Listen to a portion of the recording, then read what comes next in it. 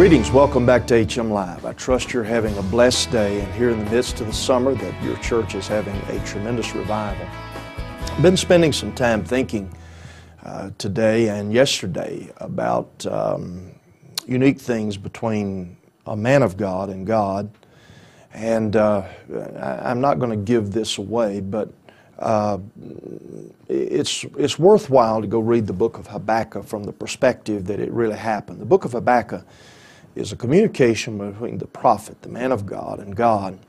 And some of you will have preached from the latter part of Habakkuk, where that he rejoices in spite of dilemma and uncertainty and crisis that happened. And but the book of Habakkuk doesn't start that way. The transition, here's a man of God, serving God, faithful to God, a prophet for God, speaking for God. But in this particular writing, there is not one word that is addressed to a nation, not one word to Israel. It is all an interaction between the man of God and God.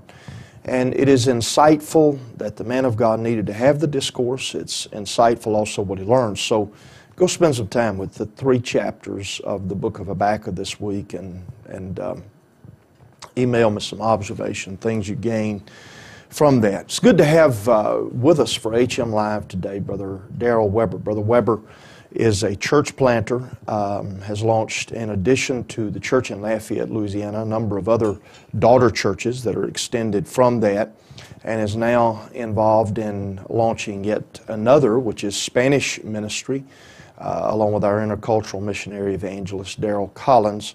An exciting thing. Brother Weber, I'm glad you're here. Thank you for the invitation, Brother Coon. It's an honor to be here with you. Remind me, how many years has it been since you and your wife started the church in Lafayette? This August, which is next month, it will be 13 years. 13 years gives a little different, it gives a little perspective. It gives a lot more perspective than 13 months does, that's for sure. As you look back, if you were sitting down with 3 or 4 guys who were just starting down the road toward planting a church, what would be some of the things that you would say to them, this is important, on the other hand, maybe don't waste your time with this? Right. Being there 13 years and being able to look back and in retrospect many times, I can certainly tell folks there are a few things that would be very successful, and there probably be some things that they need to maybe steer away from.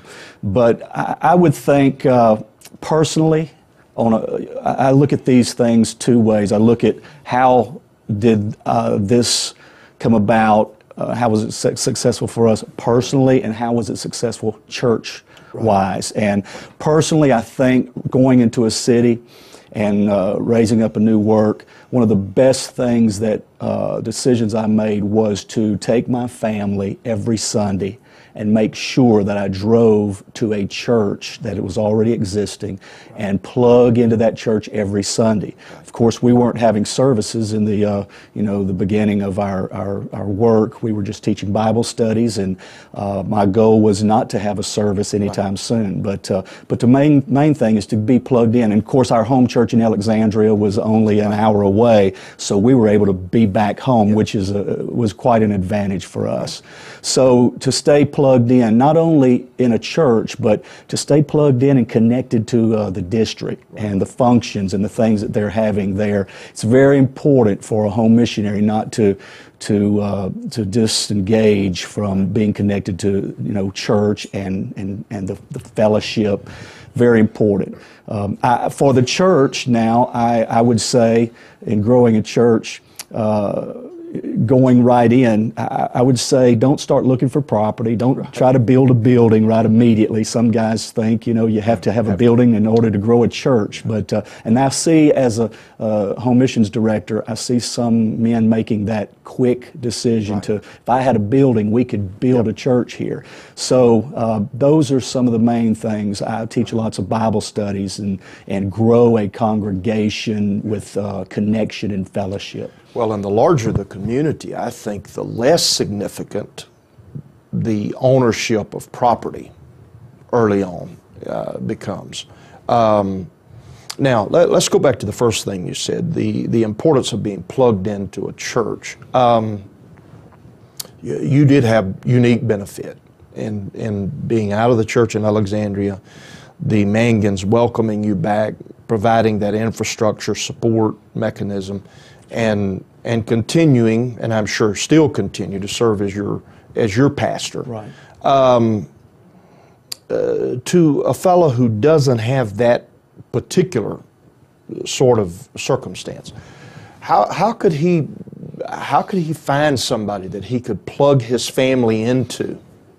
Well, back 13 years ago, we weren't saying these things, but today we can say something totally different, and that is, I can get plugged into Alexandria 1,000 miles away, right, via internet now. And of course, those ways are very available. But if there is a strong church that is driving distance, right, I always highly advise those couples or those families to go and to do that. Now, the neighboring churches need to come together. There needs to be a call for unity more than ever. Right. That pastor in that city needs to really know that he has some friends that he can depend on. And in Lafayette, I had a pastor in the city with me that says, you come to our church anytime. In fact, before we even had a building, he said, you bring them over here and win them to the Lord, then when you're ready to go, you take those folks with you. Now that's unity, and I really admire that. And that's the voice of a secure pastor, and that's a tremendous contrast. Before I came to Springfield, there was a fellow who came into that community to start a church, and he visited one of the pretty solid churches in that area, and it was made very clear to him. Matter of fact, from the pulpit, the pastor of that pretty solid congregation said to him, and this guy, again, he doesn't have anybody, it's just him and his family, and his kids would not have even been teenagers, I don't think. But the pastor of the stronger church said, it's good to have Brother Morris here today. We welcome. They're coming into our area to start a church. We won't be seeing them anymore. This is the one Sunday they'll have been. Well. And so, again, but I think that's a bane of an insecure preacher who didn't understand. This is not about my kingdom. It's about the kingdom of God. Looking back over those 13 years in building, developing, growing people, what has been most effective? In 13 years, I can say whatever was out there method-wise, we have probably tried it at least once. And, we can see a lot of things like that that have come and gone. I certainly know now and realize that one-on-one evangelism is the most effective way to grow a church. It's just the most effective way. People come in knowing someone, which is a great advantage for discipleship. And so that's been most effective. I had what was called a little black book when I went to Lafayette. It had no names in it at all. Right. When I started in Lafayette, we began to meet people. I literally walked on the streets. I made sure I was walking in the mall. I made sure I was where people were. And every person I could try to meet and would meet, and I could get their name, I'd put it in that book and ask them for their information after I got to know them a little better. And that book became my contact book. Right. And we really fed off of contacts. People would call Lafayette and say, I've got a cousin there, an uncle there, a friend. And we made sure we contacted all of those folks, and many of them are still in our church today. Taught lots of Bible studies.